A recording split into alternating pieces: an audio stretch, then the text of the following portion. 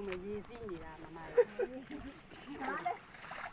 ကြောက်တော့လာကြတော့ ဟိုရတယ်နောက်ဝက်ကတော့ငါထောက်လို့ဝင်ရနော်ပါရပွားဒီလိုပါအညောစီရော